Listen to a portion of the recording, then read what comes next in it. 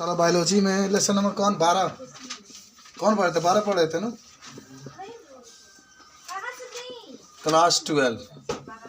आज इसका पूरा रिवीजन एक साथ आपको करना है। पाठ का नाम है जैव प्रौद्योगिकी और इसका उपयोग। रिवीजन कराते हैं जैव प्रौद्योगिकी और इसके उपयोग।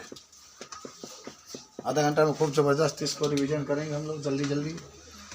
देखो आपको अगर कोई आपसे पूछे जैव प्रौद्योगिकी क्या होता है तो सब लोग बताओ जैव प्रौद्योगिकी क्या होता है बाबू।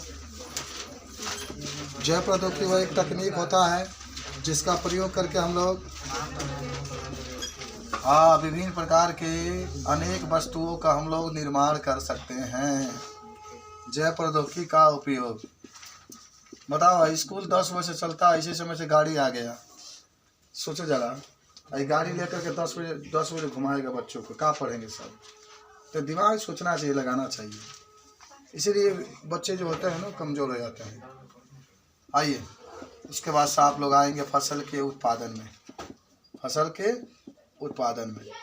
उसके बाद से आप पढ़ेंगे आनुवांशिक रूपांतरित फसल में। दूसरा आनुवांशिक रूपांतरित। बता जब लोग घूमेंगे तब लोग तुम लोग पढ़ लोगे। ये बात है कि नहीं सही। 7 बजे बस आ गया, कौन समझाए उन लोगों को जिनके बच्चे यहाँ पर पढ़ते हैं। और तुम लोग पढ़ोगे चल जाओगे घर। तो अब हम शुरू करते हैं आज कंची फसल के उत्पादन में आनुवांशिक रूपांतरित फसल। तो अगर आपसे कोई पूछे तो क्या कहोगे जैव प्रौद्योगिकी के बारे में, तो सबसे छोटा सा हेडिंग है। तो आपको सब लोग पढ़े हैं, खाली बस सुनते रहना है कि जैव प्रौद्योगिकी एक ऐसा तकनीक है जिसका प्रयोग करके मानव कल्याण के लिए अनेक उपयोगी वस्तुओं का हम लोग निर्माण कर सकते हैं। सबको याद हो गया। बताओ, जैव प्रौद्योगिकी एक तकनीक है जिसका प्रयोग करके हम लोग अनेक अच्छे मानव कल्याण के लिए वस्तुओं को हम लोग क्या कर सकते हैं, बना सकते हैं। उसके बाद से देखो है आपके पास जैव प्रौद्योगिकी का उपयोग कहाँ कर सकते हैं। तो बहुत कर सकते हैं भाई। कृषि के क्षेत्र में कर सकते हैं, औषधि बनाने में कर सकते हैं, कीटनाशी के रूप में कर सकते हैं। तमाम प्रकार के अनेक उपयोगी पदार्थ को बनाने में जैव प्रौद्योगिकी का हम लोग प्रयोग कर सकते हैं। उसके बाद से कृषि के फसल के उत्पादन में आपको याद होगा कि फसल आज मनुष्य के लिए बहुत आवश्यक है। लगातार जनसंख्या बढ़ रही है। जनसंख्या बढ़ने के कारण जो लोग हैं, लोगों की जनसंख्या बढ़ने के कारण खेत की तो वृद्धि हो नहीं रही है। इसलिए कम ही खेत में, उतना ही खेत में अधिक से अधिक बीज को उगाना बहुत ज़रूरी है, फसल को उगाना ज़रूरी है। और इस फसल को उगाने के लिए हम लोग जैव प्रौद्योगिकी का प्रयोग करके अधिक से अधिक फसलों का उत्पादन लगातार कर रहे हैं। इसके लिए हमारे जैव प्रौद्योगिकी का प्रयोग किया जाता है। उसके बाद से आप इस पाठ में पढ़े थे आनुवांशिक रूपांतरित फसल, जिसको आप पौधा कहिए या फसल कहिए। GE क्या कहते हैं, जी अनुवांशिक होता है जेनेटिक, और रूपांतरिक हम लोग क्या कहते हैं मॉडिफाई। और फसल को अगर भाई फसल है तो फसल है, जीव है तो ओ लिख सकते हैं, ऑर्गन्स लिख सकते हैं। इसी को हम लोग कहते हैं GMO। तो आपको याद होगा कि कोई फसल है, उस फसल के अंदर जो आनुवांशिक लक्षण है, जो आनुवांशिक गुण है कमज़ोर है, वो फसल है। उस फसल के अंदर जो जीन है कमज़ोर है, तो उस फसल के जीन को निकाल करके अच्छे किस्म के जीन उसके अंदर प्रवेश करा दिया जाता है।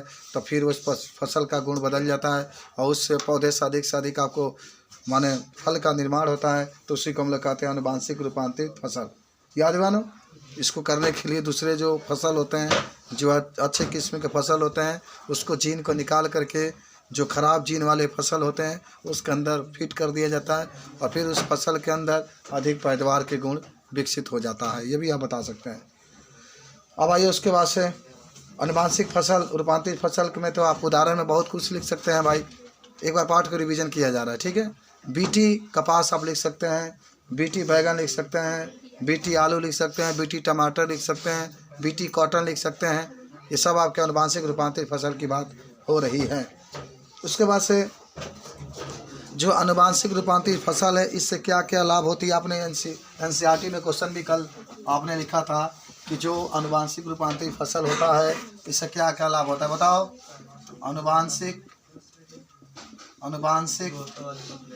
रूपांतरित फसल से लाभ, benefit of genetic modify crop लिख सकते हैं आप यहाँ पर। फिर दूसरा आप लिखेंगे इसमें आनुवांशिक रूपांतरित फसल से हानि। फसल से हानि, बताओ हानि सबको याद है क्या? क्या आपको याद है? एकदम याद होगा सर। उसके बाद से आपको एक चीज़ पढ़ाया गया था बीटी फसल, इसको भी याद होगा। उसके बाद से आपको एक चीज़ पढ़ाया गया था जिसका नाम होगा क्राई प्रोटीन।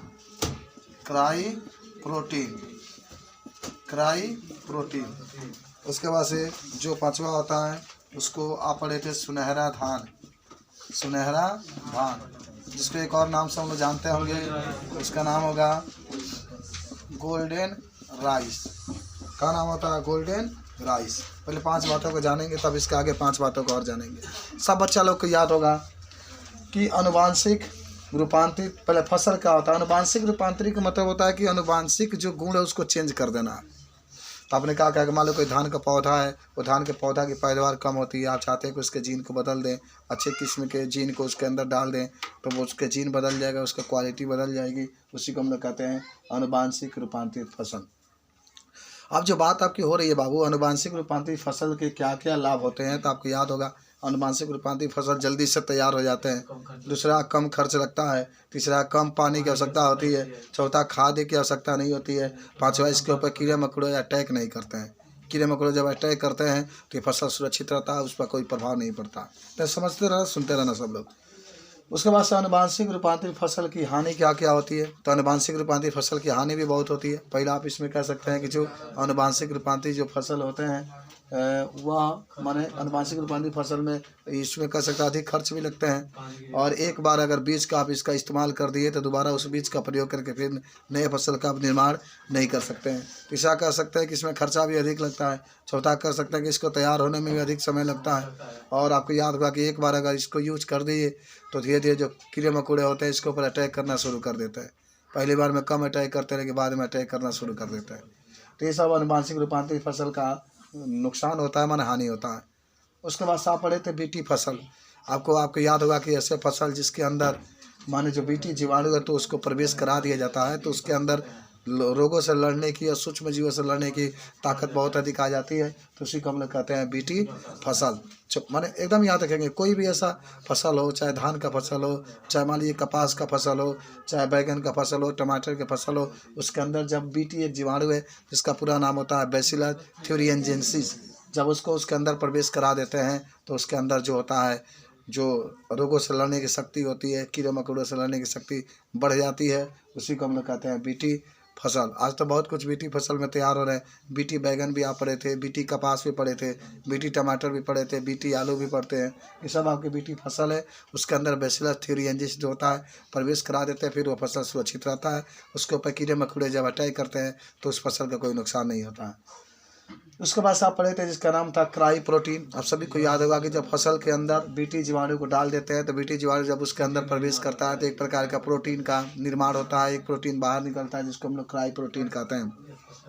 और ऐसा प्रोटीन होता है कि जब उस फसल के ऊपर हानिकारक सूक्ष्म जीव अटैक करते हैं तो या तो हानिकारक सूक्ष्म जीव के अंदर ये प्रवेश कर जाता है या उसको नष्ट कर देता है, और फिर पुनः फसल जो होता है सुरक्षित रहता है। इसी को हम लोग कहते हैं क्राई प्रोटीन। उसके बाद से आप एक चीज़ पढ़े थे जिसका नाम है सुनहरा धान, गोल्डन राइस कहते हैं। आप सभी को याद होगा कि ये इस प्रकार का धान होता है इसमें विटामिन ए की मात्रा बहुत अधिक होती है। हालांकि इसमें आपको याद होगा कि सुनहरा जो धान होता है इसके अंदर बीटा कैरोटीन पाया जाता है। बीटा कैरोटीन पाया जाता है। वही बीटा कैरोटीन जब कोई जंतु उस धान का यूज करता है तो जब शरीर के अंदर जाता है तो विटामिन ए में क्या होता है, बदल जाता है। लेकिन ये इसको बनाने में खर्च अधिक लगता है, इसलिए थोड़ा सा ये महंगा होता है। बासमती का चावल जो आप देखते हैं वह लगभग सुनहरा धान के रूप में आ सकता है। इसको सबसे पहले निर्माण अमेरिका में हुआ था, लेकिन आज पूरा देश इसका निर्माण कर रहा है। पूरे देश में इसका निर्माण हो रहा है। इसमें विटामिन ए प्रचुर मात्रा में पाई जाती है। तो इसके बारे में भी आप बता सकते हैं। चलिए, उसके बाद से आपके तो सुनहरा धान वगैरह आ गए। उसके बाद से फ्लेवर सेवर का भी नाम आप सुने होंगे, जो टमाटर के लिए बात की गई थी। फ्लेवर सेवर मिटा कर तब आपको बताते हैं, क्योंकि आपको रिविजन बहुत फास्टली करा रहे हैं कि सब बच्चों को जानकारी हो जाए। कहेंगे बच्चे जो थे, बहुत ऐसे बच्चे थे जो लगातार अनुपस्थित भी किए थे, ये पाठ से उनकी नाता टूट गई थी। इसलिए एक बार रिवीजन हो जाएगा तो अभी जान जाएंगे कि इस पाठ में हम लोग क्या क्या पढ़े हैं, क्या क्या लिखे हैं, कैसे कैसे नोट्स भी बनाए होंगे। तो अब उसके बाद से आप एक चीज़ पढ़े थे जिसका नाम था फ्लेवर और सेवर की बात आप करते हैं तो इसके बारे में भी आपको कोई पूछता है तो चीज़ को आप तुरंत बता सकते हैं। उसके बाद से पीणक प्रतिरोधी पादप के बारे में भी आप पढ़े थे। पीणक प्रतिरोधी पादप के बारे में अगर आपसे कोई पूछता है तब भी आप ये चीज़ को बता सकते हैं। उसके बाद से एक और तीसरा जो बात होती है उसका नाम होता है जैव प्रौद्योगिकी का प्रयोग चिकित्सा के क्षेत्र में। जैव प्रौद्योगिकी का प्रयोग चिकित्सा के रूप में। जब आपको जाड़ा लग रही है ना, मैंने कहा था कि आप सभी लोग इनर जरूर पहनेंगे, इससे जाड़ा कम लगता है आपको। इनर जरूर आप यूज करेंगे पैर में और जो भी आपके शरीर का अंग है। और टोपी वोपी आप ले लीजिए, हाथ से खुला रहेंगे तो ठंडा आपको हमेशा लगता रहेगा। लाख कोशिश करेंगे तभी ठंडा सब नहीं बच सकता। अगर आप अपने सिर को, अपने कान के अंदर से ही, कान के द्वारा ही शरीर के अंदर हवा प्रवेश करता है, नाक के द्वारा ही शरीर के अंदर प्रवेश करता है। कितना भी कपड़ा पहन लें लेकिन अगर आप सर में नहीं बांधेंगे तो आपको ठंडा लगता ही रहेगा। लाख कोशिश करेंगे फिर गिर जाएंगे आप धड़ाक दे, ज़्यादा कान में से हवा एंट्री करेगा। तो इसलिए आप हीरोइन ज़िंदगी रहेगा तो बहुत हीरोइन बनने का मौका मिलेगा, बहुत कुछ देखने को मिलेगा। ज़िंदगी नहीं रहेगा तो कुछ आपको देखने को नहीं मिलेगा। इसलिए पूरा आपका प्रयास होना चाहिए कि पूरा शरीर को ढकें। हम लोग हैं, मान लो टीचर हैं तो ढकना जरूरी नहीं है, क्योंकि ढकने के बाद का आप बोलते हैं सुनाई नहीं देता है, इसलिए इतना खुला रखना जरूरी है। चलिए, तो जैव प्रौद्योगिकी का प्रयोग चिकित्सा के रूप में कैसे करेंगे, चिकित्सा के क्षेत्र में कैसे करते हैं, ठीक है। तो उसमें आपने एक ए नंबर हेडिंग बनाया था जिसका नाम था स्वास्थ्य और जैव प्रौद्योगिकी। स्वास्थ्य और जैव प्रौद्योगिकी ये भी आप पढ़े थे, खूब अच्छे तरीके से जान जाइएगा। उसके बाद से आपने कुछ और बातों को पढ़ा था। मानव इंसुलिन भी आया था इसी में, इसका निर्माण कैसे होता है, मानव इंसुलिन है, सब लोग इसके बारे में भी पढ़े थे। उसके बाद से सी नंबर है जिसका नाम आप लोग मानव इंसुलिन का विस्तार पूर्वक चित्र सहित वर्णन भी पढ़े थे। चित्र वगैरह तो बना ही होंगे। इंसुलिन का मैंने कहा था कि बना लेना। ब्लैक वाला हिस्सा था, नीला वाला हिस्सा था, हरा वाला, कहेंगा ABC, कहेंगा ग्लाइकोसाइड बंद, और जो आपके जो भी बंद थे उसको आपने दिखाया था। पहले आइए हम लोग देखते हैं फ्लेवर और सेवर क्या होता है। आपको याद होगा कि फ्लेवर सेवर टमाटर में यूज किया जाता है। टमाटर के अंदर जो होता है, जो बैसिलस जीवाणु होते हैं, बीटी जो जीवाणु होता है उसको प्रवेश कराया जाता है, तो उसके अंदर का जो कोशिका भित्ति होती है मजबूत हो जाती है, जल्दी से सड़ती नहीं है, जल्दी से टमाटर नष्ट नहीं होता है। इसका प्रयोग हम लोग कई दिनों तक कर सकते हैं। मैंने टमाटर को सड़ने से बचाने के लिए फ्लेवर सेवर का प्रयोग किया जाता है। उसके बाद से पीणक प्रतिरोधी पादप। पीणक का मतलब होता है, पीणक का मतलब सब लोग जाते हैं छोटे छोटे कीड़े मकोड़े जो उसके ऊपर अटैक करते हैं। तो हम लोग आपको अभी जस्ट बताया था कि बहुत ऐसे पौधे होते हैं, देखिए पौधा तो बहुत होते हैं लेकिन कीड़े मकोड़े उसको खा जाते हैं। क्यों कीड़े मकोड़े खाते हैं? जो पौधे कोमल अंग होते हैं उसको कीड़े मकोड़े खाने में बहुत अच्छा लगता है, क्योंकि उसमें रस पाया जाता है। तो मान लो कि अगर नया नया फूल निकला है तो फिर फूल जो होता है, कोई भी पौधा होगा उसमें रस होता है, और जो कीड़े मकोड़े होते हैं, मान लो तितली हुई, चाहे अन्य भी कीड़े मकोड़े हुए, उस फूल को रस को चूसना शुरू करेंगे तो फूल का जब रस चूस लेंगे तो फिर वो फूल विकास नहीं कर पाता। तो इसके लिए हम लोग क्या करते हैं कि जैव प्रौद्योगिकी का प्रयोग करते हैं। जैव प्रौद्योगिकी का प्रयोग में हम लोग कोई, आपको याद होगा, कोई किसी प्रकार का हम लोग उर्वरक का प्रयोग नहीं करते हैं। वह सूक्ष्म जीव का ही प्रयोग करके उस पौधे को हम लोग कीड़े मकोड़े से बचा सकते हैं, जिसमें आपने देखा था कि बीटी जीवाणु को उसके अंदर प्रवेश करा देते हैं, और कोई भी हानिकारक सूक्ष्म जीव जब उसके ऊपर अटैक करता है तो अटैक करने के बाद वो हानिकारक सूक्ष्म जीव को नष्ट कर लेता है और फिर फसल जो होता है तैयार हो जाता है। जैव प्रौद्योगिकी का प्रयोग चिकित्सा के रूप में आप पढ़े थे कि चिकित्सा के क्षेत्र में भी जैव प्रौद्योगिकी का बहुत बड़ा योगदान है। तमाम प्रकार की दवाइयों का निर्माण जैव प्रौद्योगिकी के द्वारा ही होता है। जो दवाई जैव प्रौद्योगिकी के द्वारा बनाया जाता है उसका साइड इफेक्ट शरीर के ऊपर बहुत कम पड़ता है, और शरीर को वह नुकसान भी उतना नहीं करता है। जिसमें आपको बहुत बेहतर ढंग से आप पढ़े होंगे जैव प्रौद्योगिकी की चिकित्सा के रूप में। तो पहले एक स्वास्थ्य और क्या, पहले जैव प्रौद्योगिकी चिकित्सा के रूप में एक बना है मानव इंसुलिन। आपको याद होगा इंसुलिन के बारे में अगर विस्तार से जानना है, जैसे यहाँ पर लिखा गया, तो आपको मैंने बताया था कि पहले इंसुलिन का लोग निर्माण गाय बकरी जो होते थे ना, जो बड़े बड़े जंतु होते थे, उसको मार करके उसके अंदर से अग्नाशय को निकालते थे। याद हो रहा है? अग्नाशय को निकालते थे। कई कुंटल अग्नाशय का जब निकाल दिया जाता था तो बहुत कम मात्रा में इंसुलिन का उत्पादन होता था। लेकिन अब तो इंसुलिन का उत्पादन सबसे पहले कहाँ हुआ था? मानव इंसुलिन का उत्पादन एली लिली का नाम आप सुने होंगे, अमेरिका में उसने मानव इंसुलिन का निर्माण करना शुरू कर दिया था। तो मानव इंसुलिन जो होता है आपको याद होगा, इसका प्रयोग मधुमेह रोगी के लिए किया जाता है। कोई व्यक्ति है अगर उसको मधुमेह रोग हुआ है तो उस मधुमेह रोग को दूर करने के लिए हम लोग मानव इंसुलिन का प्रयोग करते हैं। इंजेक्शन के द्वारा इंसुलिन को शरीर के अंदर प्रवेश कराया जाता है। शरीर के अंदर जब जाता है इंसुलिन की मात्रा बढ़ जाती है, और इंसुलिन की मात्रा जब बढ़ जाती है तो उसका जो भी माने मधुमेह रोगी होता है उसका नियंत्रण हो जाता है। ये होता क्या है, अग्नाशय के द्वारा निकलता है। याद करिए, अग्नाशय के भीतर से मानव इंसुलिन जो होता है निर्माण होता है। किसी के व्यक्ति में अगर इंसुलिन की कमी होने लगी, और इंसुलिन की कमी देखिए आपको हम बता देते हैं कि कब होता है, अभी तो आपको होगा नहीं, एक टाइम आएगा जब आप देखिए इस समय आप लोग छोटे हैं, अभी पढ़ रहे हैं तो बहुत सोचते होंगे, चिंता करते होंगे, तो जब आपकी एज 40-50 जाएगी तब आपका क्या हाल होगा। जब आपके साथ 4-4 बच्चे रहेंगे, 3-3 बच्चे आपके साथ रहेंगे, आपकी पत्नी रहेंगी, उस समय आपके माता पिता भी बुजुर्ग हो गए होंगे, उनको कमा कर खिलाना भी आपको पड़ेगा, तो कितना उस समय आपको चिंता की बात होती है।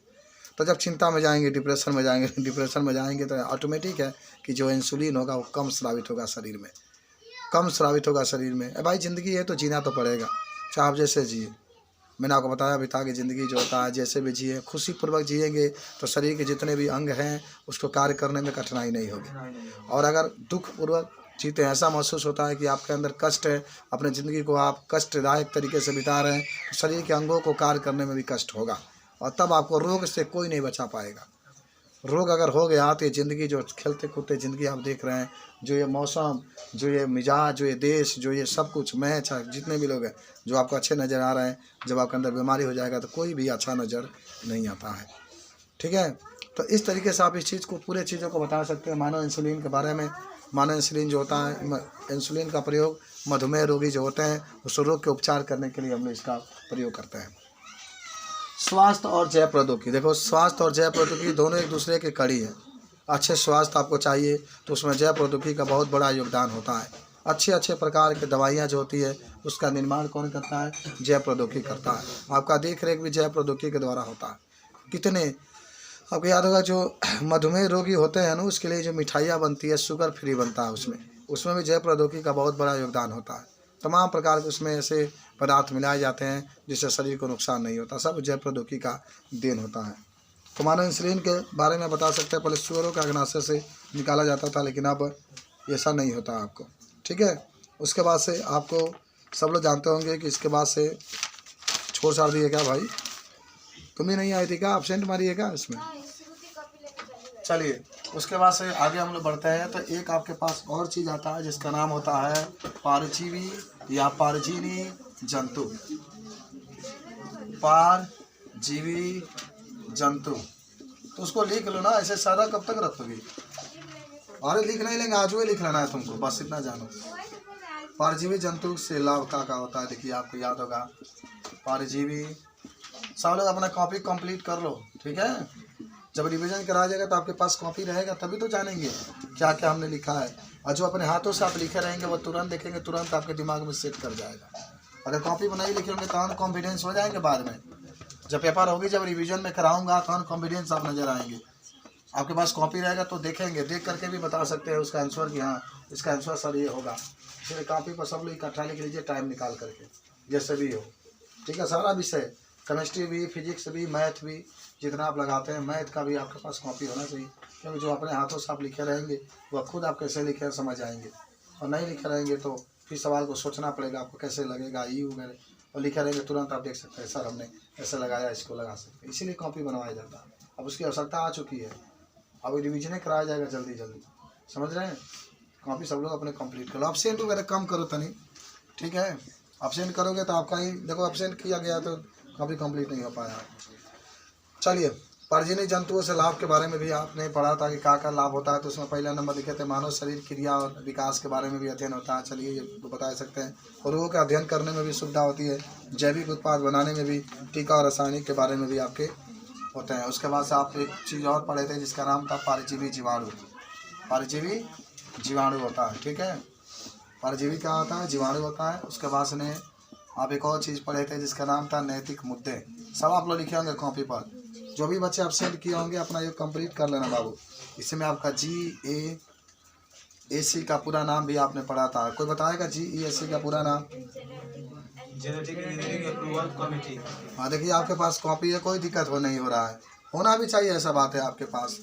जब भी आप लिखे रहेंगे पूरा आपको महसूस रहेगा कि आपने अपने हाथों से लिखा है, तुरंत इस चीज़ को आप बता सकते हैं। और उसके बाद आपने एक और चीज़ पढ़ा था जिसका नाम था जैविक युद्ध, फिर आपका था एक बायो पायरेसी, उसके बाद से ग्रीन जैव प्रौद्योगिकी था। आज इससे बाद समाप्त हो रहा है इस पाठ का।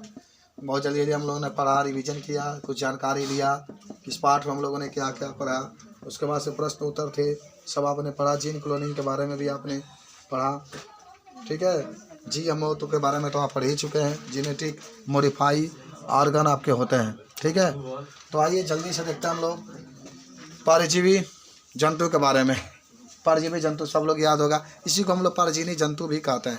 कुछ याद आ रहा कि ऐसे जंतु जिसके अंदर के जीन खराब हो गए हैं, जीन सही से काम नहीं कर पा रहे हैं, उसका जीन को चेंज करके किसी अच्छे किस्म के जंतु के जीन को उसके अंदर जब हम लोग प्रवेश करा देते हैं, लगा देते हैं, तो उसी को कहते हैं हम लोग परजीवी जंतु। पार का मतलब मैंने बताया था दूसरे जीव से, और जीवी का मतलब होता है जीन, या इसी को परजीवी भी कहते हैं हम लोग। तो कोई जंतु है, उसके जीन काम नहीं कर रहे, उसके जीन खराब हो गए, उसके जीन में कमजोरी आ चुकी है, और जैसा आप चाहते हैं गुण वैसा गुण उस जंतु में नहीं है, तो आप उसके जीन को बदल करके किसी अच्छे किस्म के जंतु को जीन को जब उसके अंदर प्रवेश करा देते हैं, तो जो उनके आनुवांशिक गुण होते हैं, आनुवांशिक लक्षण होते हैं, वो बदल जाते हैं। तो उसी को हम लोग कहते हैं परजीवी जंतु। आपको मैंने सबसे पहले बताया था कि सबसे पहले जो आनुवांशिक जंतु का निर्माण किया गया था इस धरती पर, उसका नाम गाय था। गाय का ही सबसे पहले परजीवी जंतु के रूप में बनाया गया था। उसके बाद से परजीवी जंतु का अध्ययन क्या होता है, तो परजीवी जंतु का अध्ययन माने करते हैं तो मानव का विकास कैसे होता है उसके बारे में जानकारी होती है। उसके बाद से जैविक उत्पाद कैसे बनते हैं इसके बारे में जानकारी होती है। किसी व्यक्ति में, किसी जंतु में रोग कैसे उत्पन्न होते हैं उसके बारे में जानकारी मिलती है। तमाम प्रकार के अध्ययन करने में हमें परजीवी जंतुओं से लाभ होता है।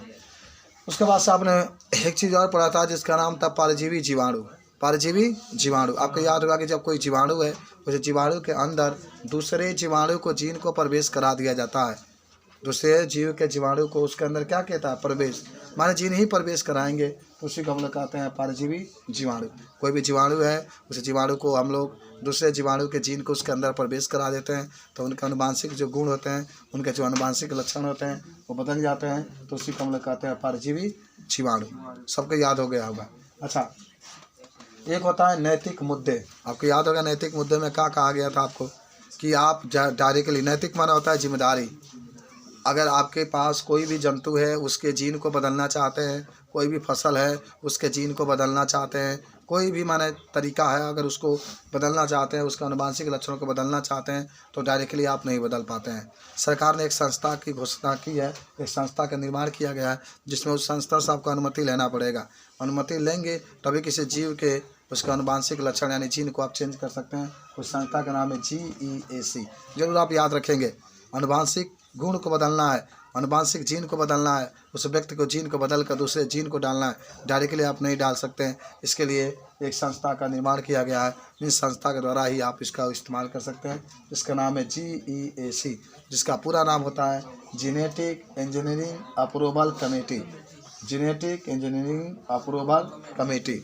उसके बाद से बायो पायरेसी का नाम सुने होंगे, कि जब कोई भी व्यक्ति हो या कोई भी देश हो अपने यहाँ जैविक उत्पाद का निर्माण करता है या पुनर्जीवित DNA का निर्माण करता है, और उस पर कोई व्यक्ति चुरा करके दूसरे देश में क्या करता है, बेचता है या दूसरे देश में भेजता है, तो चुराने की क्रिया को बायो पायरेसी कहा जाता है। याद करना।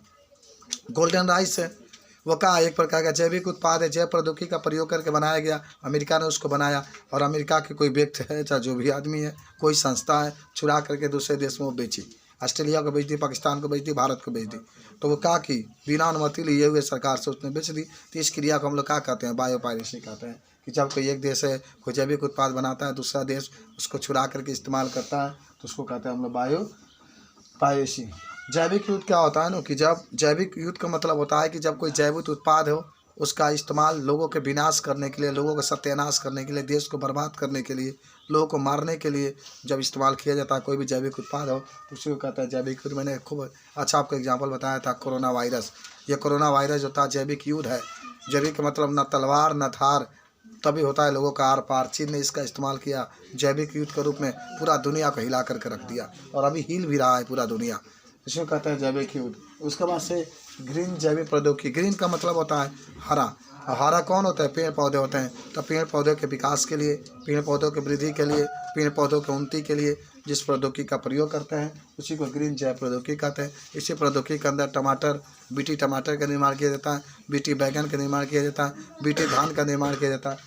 इन सभी को हम लोग कहते हैं ग्रीन जैव प्रौद्योगिकी। तो ये पाठ आपका समाप्त होता है। यहीं तक था थ्योरी के अंतर्गत। आप सभी लोग रिवीजन बहुत फास्ट किए, जानकारी भी हुआ होगा आपको। कल से हम लोग नया चैप्टर की शुरुआत करेंगे।